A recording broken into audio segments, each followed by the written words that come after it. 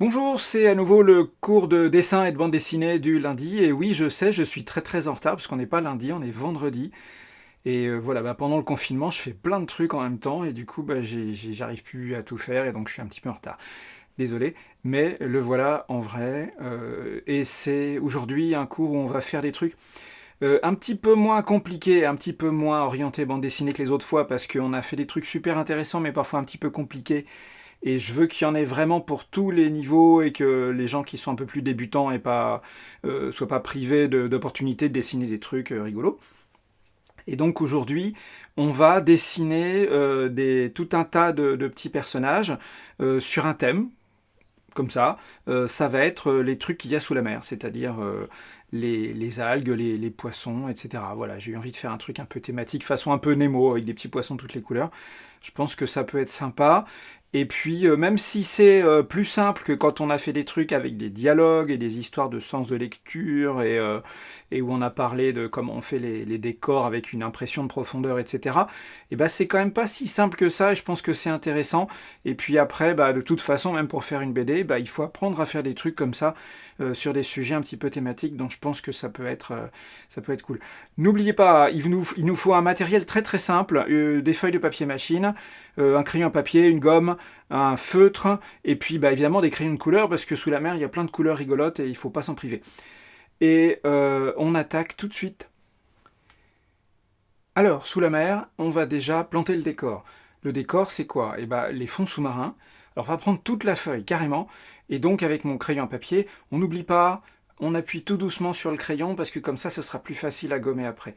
Alors, plutôt on va prendre la page dans le sens horizontal, et plutôt vers le bas de l'image, comme ça, on va faire des espèces de dunes. Hop là.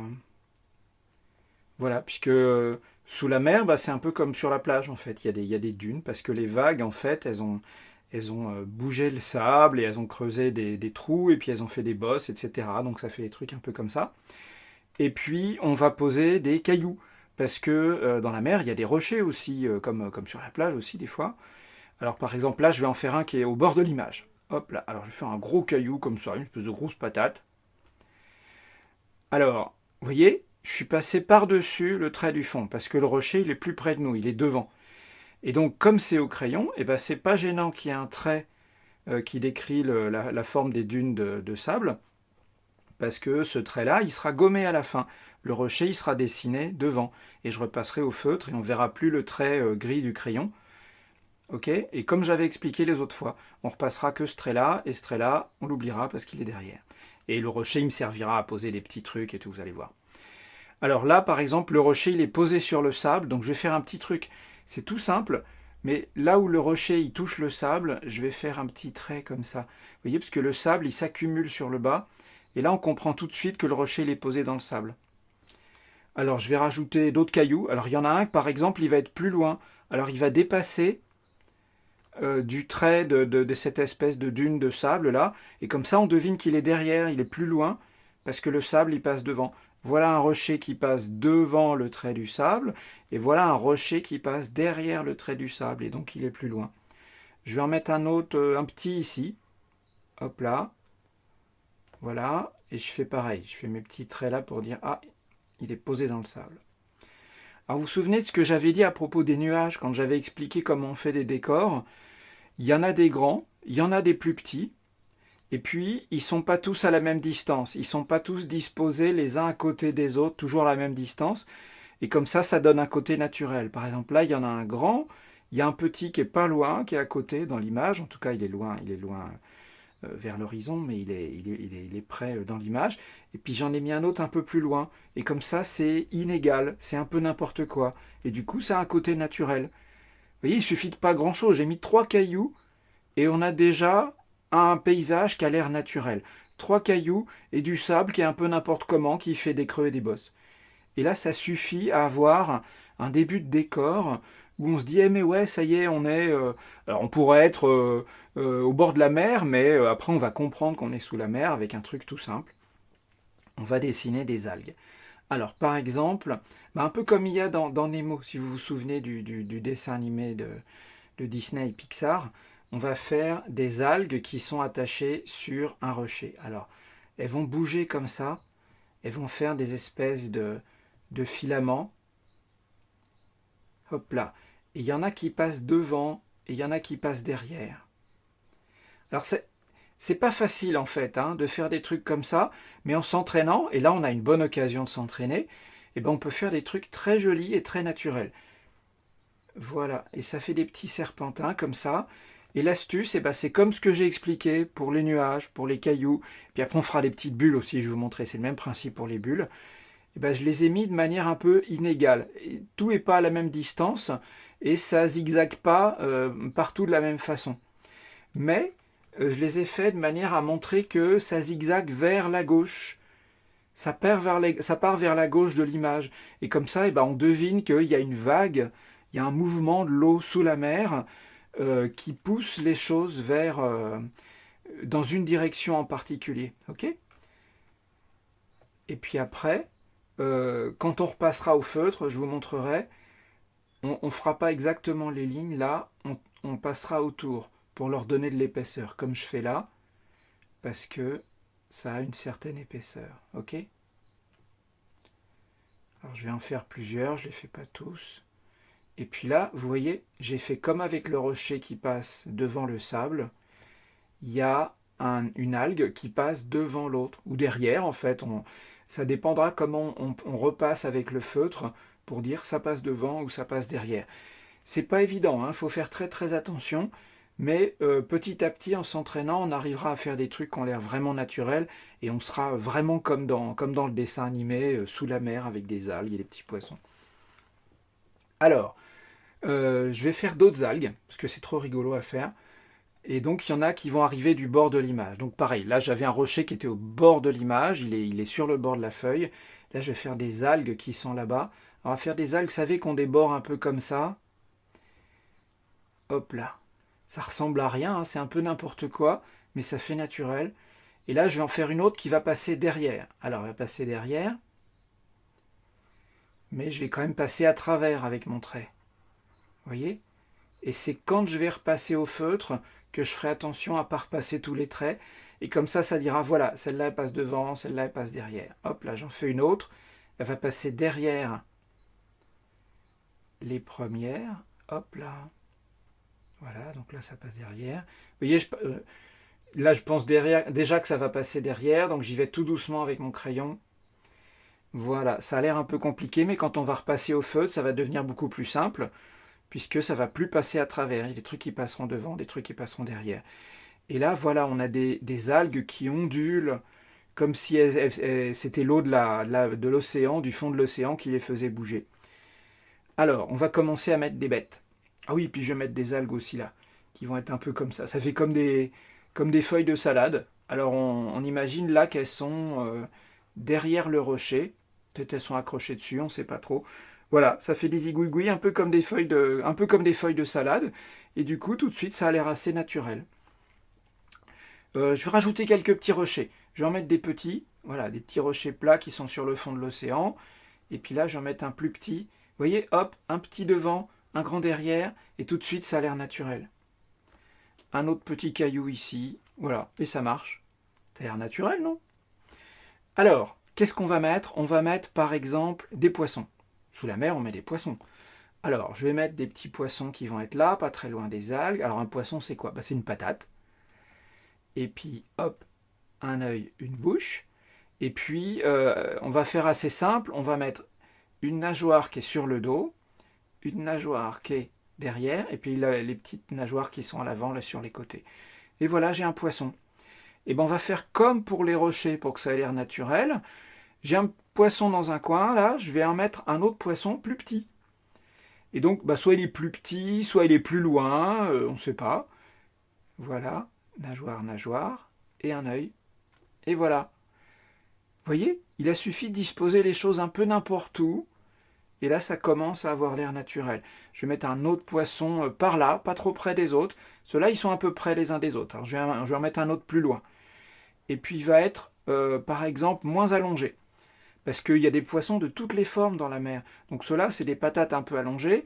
Ça, c'est une patate plus ratatinée. Hop, voilà la queue du poisson. Un œil, une bouche. Hop, la nageoire dorsale. Et voilà. Et là, on a déjà des poissons différents. Qu'est-ce qu'on peut mettre d'autre? Je vais faire un petit poisson qui passe devant le rocher. Hop là, il est plus allongé que les autres. Petite nageoire, et voilà. Et je peux mettre un autre poisson, par exemple ici. Et lui, il va être super allongé, il va être un peu ondulé comme j'ai fait pour les algues. Hop. Mais c'est le même principe. Et voilà. Et on a des poissons avec des formes différentes et qui sont un peu partout. Et on a vraiment l'impression d'être sur le fond de l'océan parce que c'est disposé ici et là, c'est pas trop régulier. Alors, qu'est-ce qui pourrait être sympa à mettre sur le fond de l'océan? Alors, sur le rocher, des fois, sur les rochers, il y a des étoiles de mer. C'est super rigolo à dessiner les étoiles de mer. Voilà, donc je fais une étoile comme ça. Alors au début, voilà, avec mon crayon, je fais des traits un peu n'importe comment jusqu'à ce que j'ai une forme un peu régulière. D'une étoile à 5 branches, voilà. Et du coup, je sais que quand je repasserai avec mon feutre, il suffira... Alors je ne repasserai pas ces traits-là, je repasserai que les traits de contour extérieur, et ça fera une étoile de mer. Oh, puis on peut lui faire des yeux, une bouche, il n'y a pas de raison. Ok? Voilà.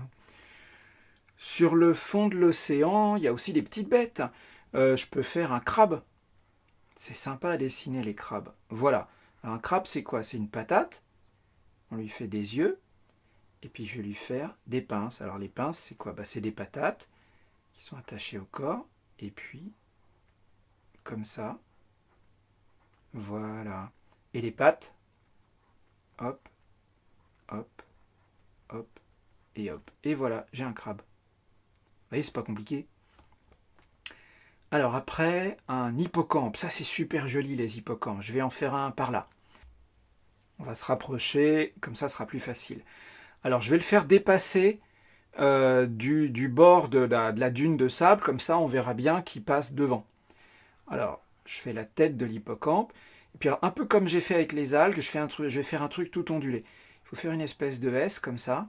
Voilà, ça, c'est le corps de l'hippocampe. Et puis, la queue de l'hippocampe, elle se termine comme ça, en colimaçon, en spirale. Alors là, il y a la tête. Après, je finis de faire le corps. Donc, il y a une patate au milieu. Je vais rattacher tout ça. Et puis après, le colimaçon, voilà, je lui donne une épaisseur. Voilà. Alors, ils ont toujours une nageoire dorsale comme ça. Hop. Et puis, un drôle de bec en trompette. Voilà. Assez allongé. Et qui se termine comme ça, un peu en trompette. Et un œil. Et voilà, j'ai un hippocampe. C'est pas mal, non? Alors maintenant, sur le fond de l'océan, plus loin, j'ai envie de mettre des trucs plus gros. Alors, déjà, on va mettre une méduse. Voilà, c'est rigolo à faire les méduses. Alors, c'est une patate comme ça. Alors, pareil, on va lui faire des yeux, puis un sourire, parce qu'elle est contente d'être là. Alors, ça, vous en avez vu dans Nemo aussi, je pense. Hop. Alors, au début, ça fait comme ça, une espèce de petit blob. Et puis, il y a plein de tentacules. Hop.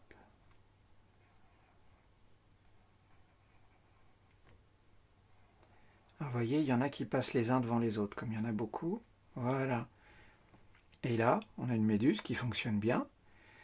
Et puis, on va mettre un autre animal plus grand. Alors, un dauphin. Alors, vous avez vu comment j'ai fait des trucs qui ondulent là? Eh ben, un dauphin, c'est pareil. C'est un animal sous-marin qui nage en ondulant. Alors, on va faire déjà... Hop là. Vous voyez, ça fait une espèce de S.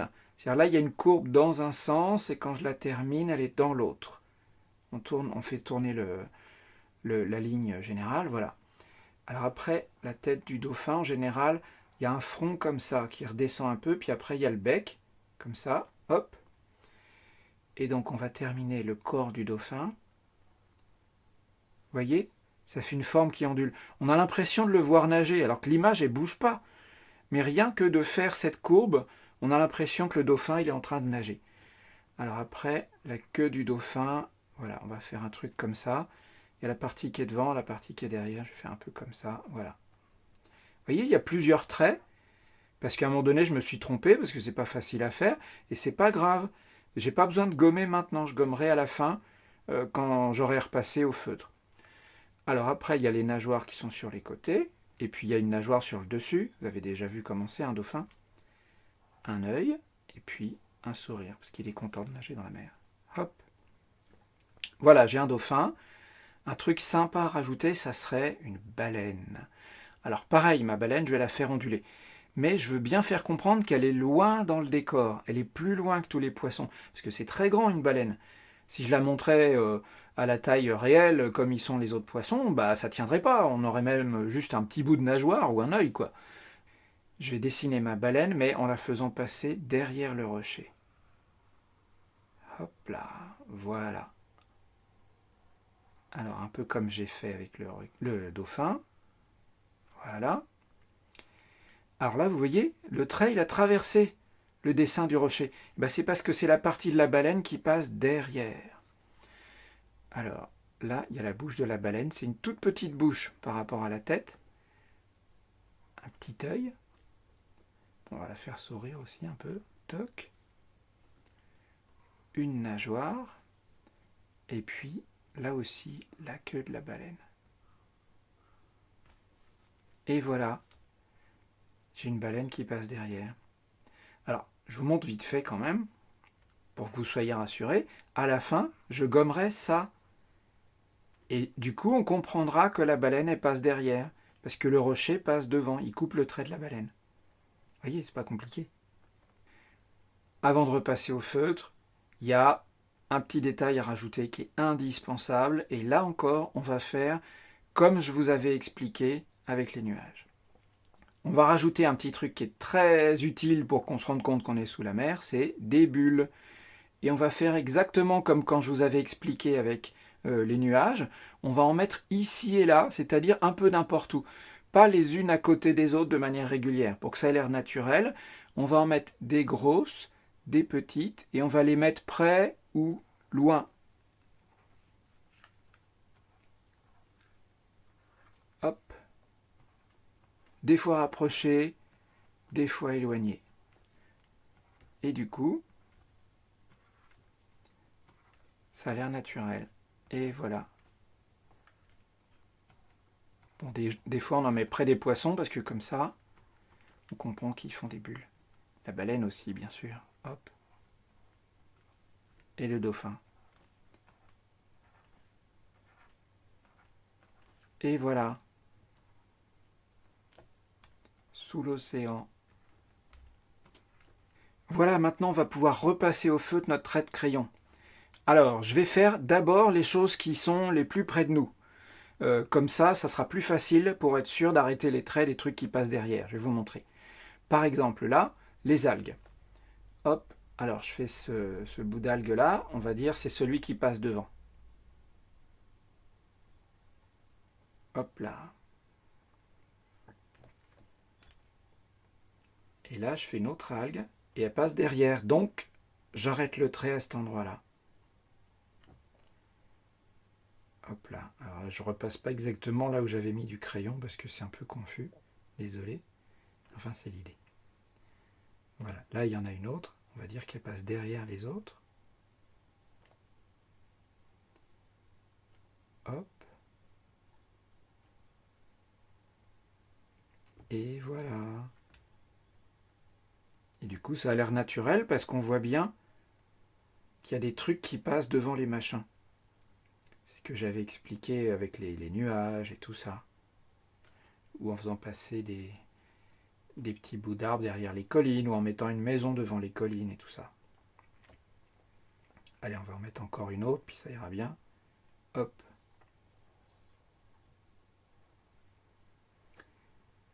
Voilà. Ça n'a pas besoin d'être super précis, mais ce qui est important, c'est qu'on comprenne le principe.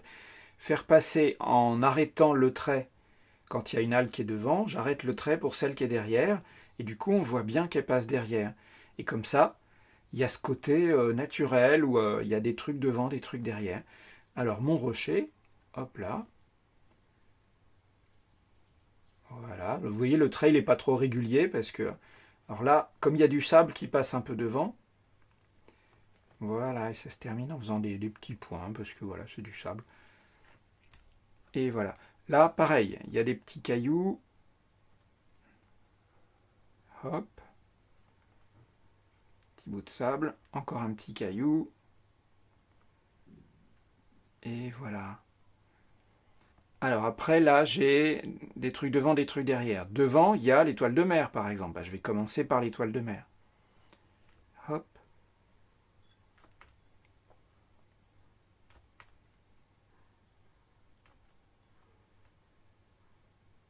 Voilà. Le petit poisson qui est là aussi.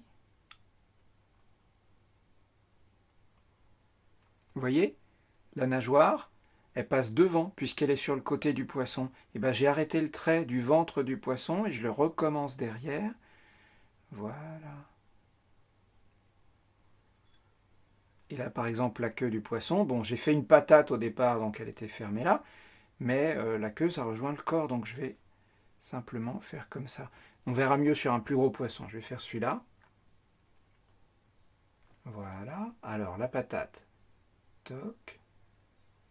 Et là, hop, je m'arrête et je fais passer la nageoire. Et la nageoire, on voit bien qu'elle est devant le reste du corps. Et là, je ferme pas la patate, puisque c'était juste pour avoir la forme globale du corps du poisson.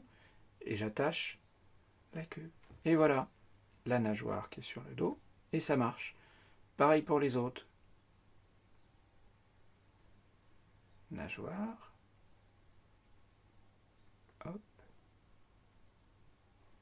Et la queue. Et le grand poisson là tout allongé. La nageoire. Hop. Hop. Et voilà, même principe. Donc j'applique la même recette en quelque sorte, mais sur des poissons qui ont des formes différentes. Et ça marche, on reconnaît bien des poissons. Alors, ils ne sont pas forcément très très réalistes, mais c'est pas grave, on reconnaît que c'est des poissons, et donc ça peut raconter une histoire qui se passe sous la mer. Et ça, c'est cool. Hop. Et voilà. Alors, le crabe. Les deux petits yeux du crabe. Hop. Alors, vous voyez, là, pareil. Les pinces, c'est toujours en deux parties. C'est-à-dire qu'il y a une pince qui part de la patate et il y a une pince qui part de l'intérieur de la patate. Il y en a une qui prolonge la patate et l'autre qui part de l'intérieur de la patate. Et du coup, voilà, ça ressemble vraiment à une pince de crabe. Hop. Vous voyez, il suffit de pas grand-chose.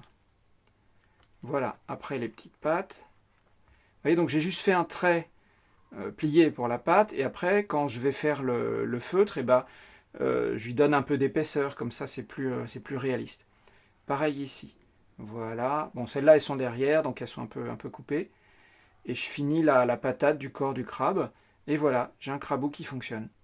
L'hippocampe. Alors, hop là. Son petit œil. Ah oui, alors des fois, il y a des petits piquants comme ça tout du long. Ça fait un peu comme une espèce de bébé dragon. Hop là, son museau en trompette. Hop là.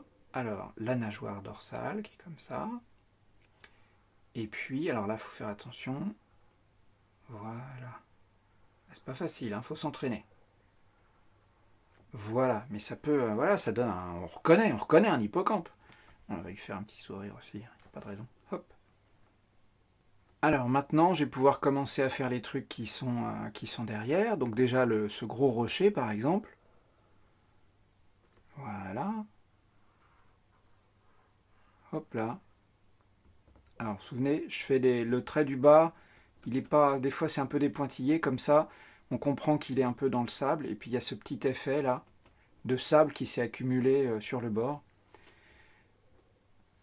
Alors après, je peux faire les formes de dunes de sable. Hop là. Vous voyez, là, il y a les pattes du crabe qui passent devant. Donc on comprend très bien que le crabe, il est plus près de nous et que la dune, elle est loin derrière. Là, il y aura une bulle qui passera devant. Je la ferai après, c'est pas grave. Et là, il y a mon hippocampe. Et là, hop, J'ai un petit trait qui se termine comme ça. Là aussi, ça donne un côté dune de sable un peu. Voilà, donc il faut trouver à quel endroit on voit le sable et à quel endroit on ne le voit pas, parce qu'il y a les bouts d'anémones de mer ou je sais pas quoi qui passent devant. Et voilà. Ça commence à le faire. Hein. Allez, je vais faire mes espèces d'algues qui ondulent là. Alors on va dire celle-là, elle passe devant.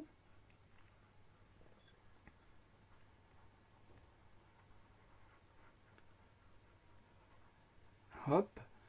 Là, il y en a une qui passe derrière. Voilà, tout ça c'est juste des igouigouis, c'est pas très dur à faire, les igouigouis. Hop. Et puis, une autre là. Elle passe derrière les deux autres.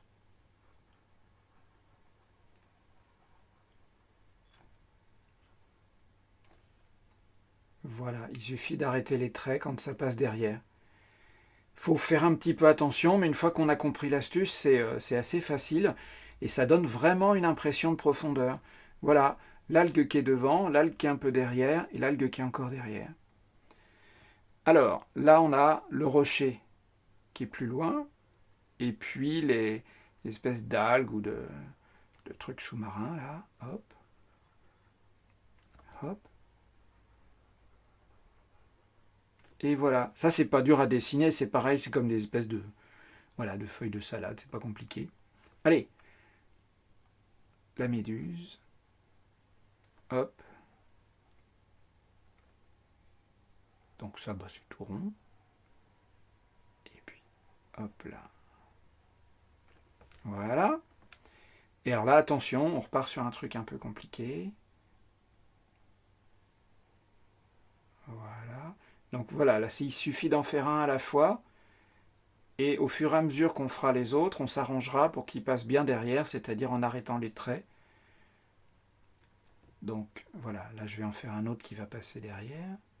Hop, voilà. Toc, toc,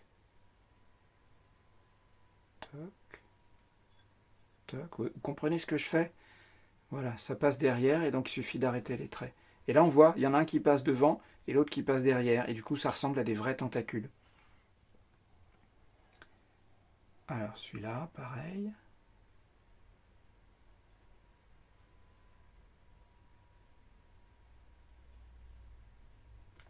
Voilà.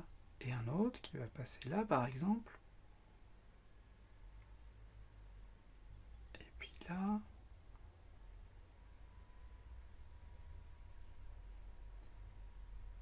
Hop là. Et voilà. Hop. Et voilà, juste en faisant passer des trucs derrière des machins, j'ai cette impression de profondeur. Hop là. Et voilà.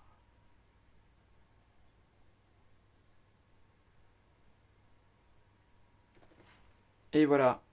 Ça rend pas mal, hein. Voilà, j'en ai pas fait beaucoup, mais ça permet tout de suite de comprendre que c'est une méduse parce qu'il y a plusieurs tentacules. Alors, le dauphin. Hop là. Le front, le bec, grand sourire de dauphin. Hop. Comme pour les poissons, là, je m'arrête et je fais la nageoire. Ensuite, je continue en faisant cette espèce de courbe en S, là. Voilà. Hop. Queue du dauphin. Et là, pareil, la nageoire dorsale. Voilà. Et voilà, on a un dauphin qui fonctionne. Et enfin, la baleine. Hop là. Donc, petit sourire, voilà, le bas de la bouche qui est beaucoup plus petit, vous voyez, c'est à ça qu'on reconnaît les, enfin bon, certaines races de baleines en tout cas, voilà. Le bas de la bouche, il est plus petit. Une nageoire. Voilà. Là, on continue. Et là, hop, je m'arrête parce que le corps de la baleine passe derrière le rocher. Donc je repasse pas au feutre et je reprends ici. Et voilà. Et voilà. Et le petit œil malicieux de la baleine. Et voilà. J'ai plus qu'à rajouter des bulles. Alors bon, faire des jolis ronds, c'est pas facile. Hein. Faut prendre son temps. Voilà.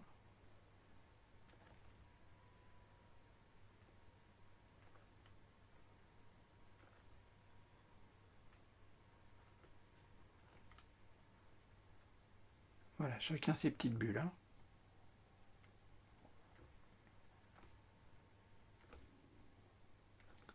Ah, la méduse, j'ai pas fait de bulles. Voilà, j'en rajoute ici et là. Hein.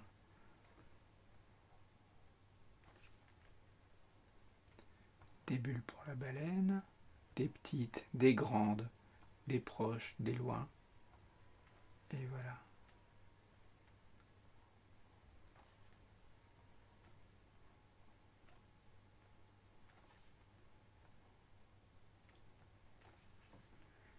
Et les bulles du dauphin.